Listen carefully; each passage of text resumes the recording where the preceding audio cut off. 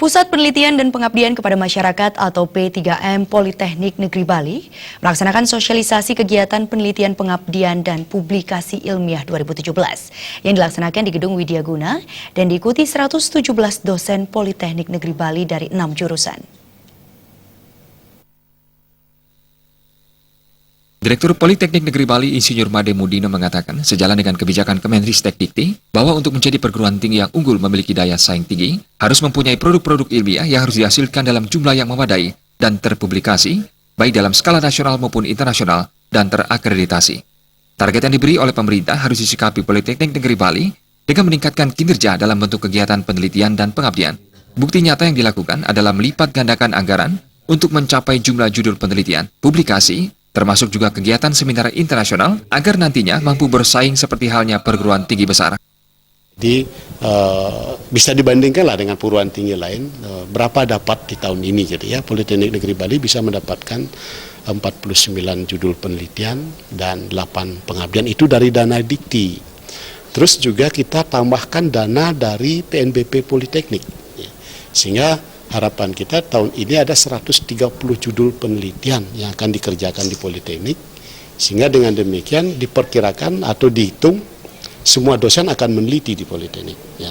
Kita punya dosen 350, kalau ada 137 judul, rata-rata 2 dan 3 orang per judul, maka semua dosen akan meneliti di Politeknik. Inilah harapan kita, strategi yang kita bangun, ya, cara kita yang kita bangun, kembangkan di P3M, supaya nanti tuntutan untuk dosen wajib meneliti itu tersedia.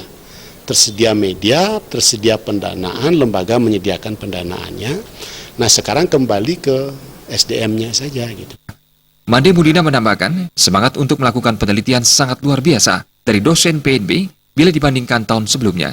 Menjadi catatan penting dalam penelitian yang digunakan oleh Politeknik Negeri Bali adalah penelitian terapan, sehingga bisa dinikmati langsung oleh masyarakat atau bisa memecahkan langsung masalah yang ada di masyarakat. Biasanya diimplementasikan dalam bentuk pengabdian. Performa kinerja penelitian P3M Politeknik Negeri Bali kini naik peringkat menjadi kelas termadya yang sebelumnya kelas binaan, dengan harapan kedepannya akan terus ditingkatkan. Dalam kesempatan tersebut, Kepala P3M, Lilik Sudiajang menjelaskan, khusus untuk menyikapi Permen 20 tahun 2017, P3M Politeknik Negeri Bali sudah menyediakan sarana bagi para dosen supaya mampu memenuhi tuntutan permen tersebut. Dan harapan kami dengan adanya 137 judul tadi, semuanya akan kami fasilitasi untuk diseminarkan di bulan September itu. Kemudian kami klinik lagi, kami dampingi lagi supaya sebagian besar mampu menembus jurnal internasional. Ya, dengan demikian bisa tidak perlu risau lagi dengan permen tadi. Dalam hal mempertahankan nilai kinerja yang sangat baik, kontribusi dosen sangat diperlukan.